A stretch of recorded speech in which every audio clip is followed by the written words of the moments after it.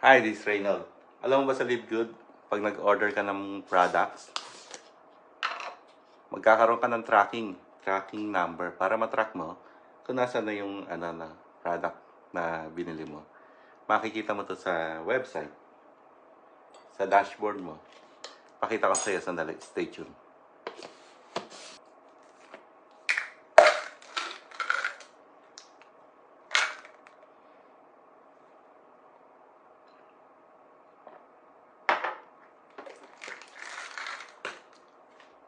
So yun, so mag-login ka lang dito sa LiveGood dashboard mo.